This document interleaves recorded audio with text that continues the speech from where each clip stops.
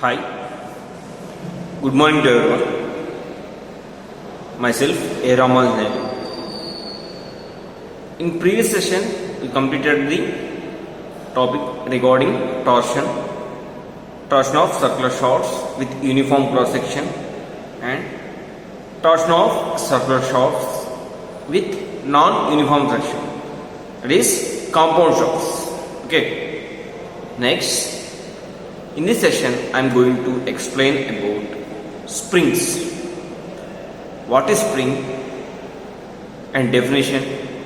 What are the application of springs and what are the types and classification of springs and their derivation? Okay. Coming to definition of spring. A spring may be defined as a spring is an elastic member whose primary function is to deflect or distort under the action of applied load. Okay, whenever we remove the load, okay, during the application of load, it will store some energy. That energy we will use to do the some work. Okay, in some applications it is used as a shock absorbent, mainly in automobiles. Okay, and in some applications to store the energy developed in the spring due to the application of load or force. Okay, springs are energy absorbing units whose function is store energy and restore it slowly or rapidly depending upon the particular applications. Okay, mainly we use springs in brake applications. Next, automobiles as a shock absorbers and in railway vehicles. Okay, we use as a dampers. Okay, mainly to reduce the vibration caused due to the abnormal conditions of the road. Okay. Next, springs are used in railway carriages, motor cars, scooters, motorcycles, rickshaws, governors, etc. Okay. According to their uses, the springs may be mainly classified and the following applications or functions. Okay, the main function of the spring, that is to absorb shock or impact loading, as in carriage springs. Okay, it is the main application of the spring to absorb the shock loads or impact loads developed in the automobiles. Okay, next, second function, to store energy, as in clock springs. Okay, next, to apply the forces to control the motions, as in brakes and clutches. Okay, I think all you are observed in the brake components, bicycles, okay, bikes or in automobile. Okay, in application of clutch, brakes, we use the springs and stands used in vehicles. Okay, next, to measure the forces, as in spring balances. Next, coming to classification of springs. Here mainly the first classification is mainly divided into two types, that is helical and Leafspins. It is also known as carriage springs. Okay, coming to helical springs. Okay, the name itself you can understand. Helical means it is in the shape of helical form, so that it is named as helical spring. They are made of wire coiled into a helical form. Okay, how to convert the wire material, okay, with certain diameter in the helical form. okay, the load being applied along the axis of the helix. Observe, it is the spring in the form of helical shape. Okay, it is the center, one line indicating it is the axis of the spring. In this axis we are going to apply the load. Okay, next, in this type of springs the major stress is torsional shear stress due to the twisting moment. Okay, we are applying axial load, but it will convert into torsional shear stress. Okay, because whenever we apply the load here, what happened? It will be elongated. Due to the elongation, what happened? Here at the curvature, there will be some shearing stresses will be developed. Okay. Next, okay, in the helical spring, it is mainly classified into two types, that is closed coil spring and open coil spring. Okay, generally the closed coil springs is used cycle stands and to measure the forces, spring balances. Okay, it is the main application. And open coil says, in this open coil springs having some gap between the coils, but in case of closed coil there is no gap between the two coils. Okay, the open coil springs resist the compressive loads, as in case of closed coil it offers to resist the tensile loads. Okay, it is the helical spring with open coil type. Next, coming to spiral springs, it is the one more classification in helical springs, that is they are made up of flat strip of metal wound in the form of spiral and loaded in torsion. Okay, in this type of springs the major stresses are tensile and compressive. Both forces we can use. This, I think, this type of springs you observed in remote cells. Whenever you are placing a cell, cell in that area, one spiral spring is there. Okay, that is conical shape. Okay, next, coming to last classification, that is leaf spring. It is the main type, one of the main type of spring, that is known as leaf springs. It is also known as carrier springs. Okay, these types of springs are used in the automobile suspension system.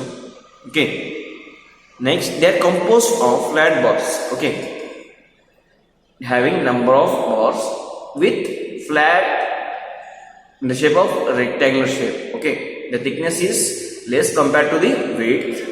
Okay, next, they are composed of flat bars of varying length clamped together so as to obtain greater efficiency. Observe, here it is the one strip. Like this we are arranged number of leaf springs in same axis but with different lengths to absorb the loads by greater efficiency. Okay, next, leaf springs may be fully elliptical, semi-elliptical or cantilever types.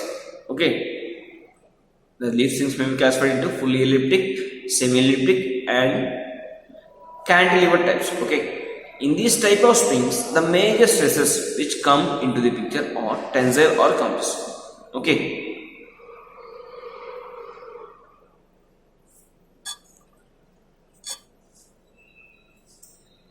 up to now we discussed the what is spring, function of spring and classification of springs. Now I am going to derive a relation to find the shear stress and angle of twist and deflection caused by the loads, different loads, that is compressive or tensile loads in closed coil helical spring, closed coil helical spring with axial load. Okay, consider a closed coil spring. Due to the application of load, it will be deformed. Okay, some gap will be developed between the two coils. Okay, it is the spring, it is the axis of the spring. Okay, the distance between the axis to the end point of the wire is known as radius. It is the total spring coil diameter. Okay, it is the wire having diameter small d, okay, and radius small r. Here, due to the application of load, some twisting moment will be developed. It is known as W into R. Okay, we are applying load W into distance. What is the distance from the wire coil to the axis? Capital R. Okay, it is known as the mean coil radius of the spring. Okay, next, when the spring is being subjected to an axial load, the wire of the spring gets twisted like a shaft. When we apply the axial load in a maximum manner, what happened? Finally, it will convert it into helical shape to the linear shape, so that the total length of the wire is L is equals to 2 pi r. Already we know that circumference of the circle is known as 2 pi r or pi d into N means number of coils. Okay, whatever the spring number of coils we use, that value is multiplied with the perimeter or circumference of a spring. Okay, get final formula for length of the spring, that is 2 pi r into N. Next, it is the d small d. Small d is nothing but wire diameter. Okay, next, coming to, before deriving the relation, we need to follow some assumptions. Okay, for closed coil spring, the bending and shear effects may be neglected. In some cases, the bending stresses will also develop on the spring and shear effects. Okay, that both will be neglected while deriving the relation or calculating the stresses. Okay, for the purpose of derivation of formula, the helix angle is considered to be so small, so that is also be neglected. Okay, already we observed some inclination to the axis. Okay, that angle will be neglected. Okay, next, any one coil of such a spring will assume to lie in the plane which is nearly perpendicular to the axis. Okay, any one coil. Observe in this diagram, the first coil we are going to assume the perpendicular to the axis. Okay, next, this requires that adjoining coil be close together with this limitation. Okay, next, a section taken perpendicular to the axis of the spring become nearly vertical. Okay, the axis is there and the cross section of the coil is perpendicular to the axis. Okay, next, hence to maintain equilibrium of a segment of the spring, only a shear force that is V is nothing but W, and torque based on the shear force, that is T is equals to W into R required at any cross section. Okay, next, in the analysis of spring, it is customary to assume that the shear stresses caused by the direct shear force is uniformly distributed and it is negligible. Okay, the force developed due to the application of axial force, that is shear force and shear stresses, will be neglected. Next, let us assume the notation what we follow, that is where W is equals to axial load and R is equals to mean coil radius. Next, D is equals to diameter of wire. Capital D is nothing but diameter of the coils, where small d is the diameter of spring wire. Okay, Next, N is equals to number of active coils. Next, S is equals to spring index. It is also known as D by small d. Next, L is equals to length of the spring wire, 2 pi r n into 2 pi r into n. Yes, G is equals to modulus of rigidity. It is the ratio of shear stress to shear strain. And J equals to polar moment of inertia. Okay, the formula for polar moment of inertia for surface cross section is pi by 32 d power 4. Okay. Next, if theta is the total angle of phase due to the application of load, some deflection will be developed between the two coils. Okay, the deflection we need to calculate. Okay, generally we know that the arc length or R segment we can calculate by multiplying the radius into angle. Okay, from center of the axis to the outermost layer, the angle is theta and radius is small capital R. Okay, so that we need to calculate the deflection delta is equals to in terms of capital R into theta. Okay. Next, shear stress by using the torsional equation. Okay, T by J equals to Q by R equals to G theta by L. From this, by equating the T by J is equals to Q by R, from this equation, we can calculate the shear stress. Okay, T is equals to Q by Qj into Qj by R. Q into J equals to pi by 32 d power 4. We can write R is equals to small d by 2. Okay, because here the shear stress developed in the Y diameter, so that we taken as radius of the Y diameter and d is equals to diameter of the Y coil diameter. Okay, from this torque is equals to Q into pi by 16 dq. Okay, it can also write as 16t by pi dq. 16d by pi dq. From this we can calculate the shear stress, or Q is equals to 16 W into R by pi dq, where the torque T we can written as W into R, force into radial distance from the center of axis to the coil. It is the equation 1. Next, coming to from torsional equation, T by J is equals to G theta by L, where theta from this equation, theta can be written as TL by J. We know that T is W into R and theta just now we calculated, and L is equals to 2 pi Rn, G is equals G and pi by 32 d power 4.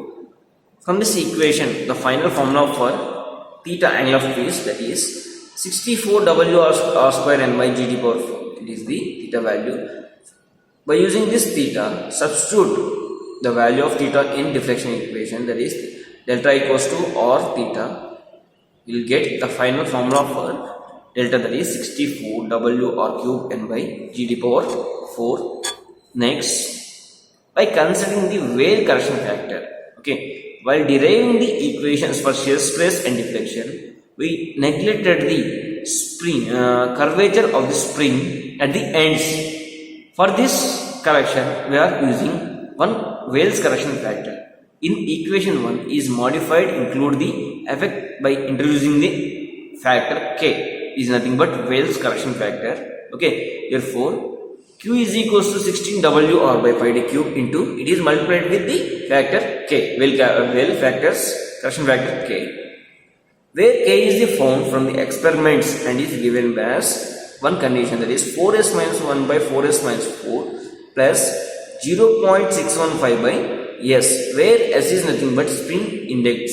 It is the ratio of capital D by small d. Capital D is nothing but Y diameter, main coil diameter, and small d is nothing but diameter of Y.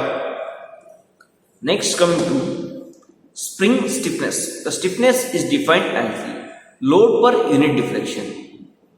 Load per unit deflection. Here we applied W is the applied load and deflection caused due to the application of load. Okay, whatever the amount of load applied, due to this load what happened? Some deflection is applied. Therefore, deflection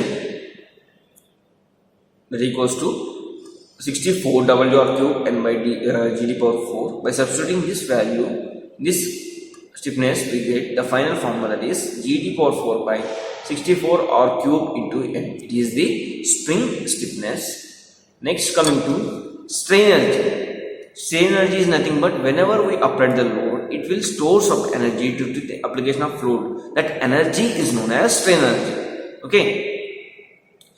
It can be calculated. U is equals to half of work done. That is nothing but half into work done, that is T into theta. T into theta, where T is equals to WR. Theta is nothing but 64 WR square n by GD power 4. By simplifying this equation, we get the final formula is 1 by 4G Q square into volume of wire, where Q is nothing but 16 WR by pi d cube. Okay, where volume of the wire is 2 pi r n into pi by 4 d square, that is area into length. Length of the wire is 2 pi r n and area is 2 pi by 4 d square. Okay, finally we get the value of strain energy is Q square by 4G into volume of wire. Okay, again one more condition, we can calculate the strain energy, that is by using this equation also, that is 1 by 2 into T theta. 1 by 2 into WR into theta is deflection by R. Okay, therefore half of W into delta. Okay, from whenever we know the delta or W, we can directly calculate it by using this equation, that is strain energy is equals to half of W into delta. Whenever we don't know this load and delta, we can calculate by using this equation. Okay, like that we need to calculate shear stress, deflection, angle of twist and strain energy. Okay, thanks for watching. In next class we will do the problems regarding this angle of twist, strain energy, okay, and shear stress in the springs. Okay, thank you.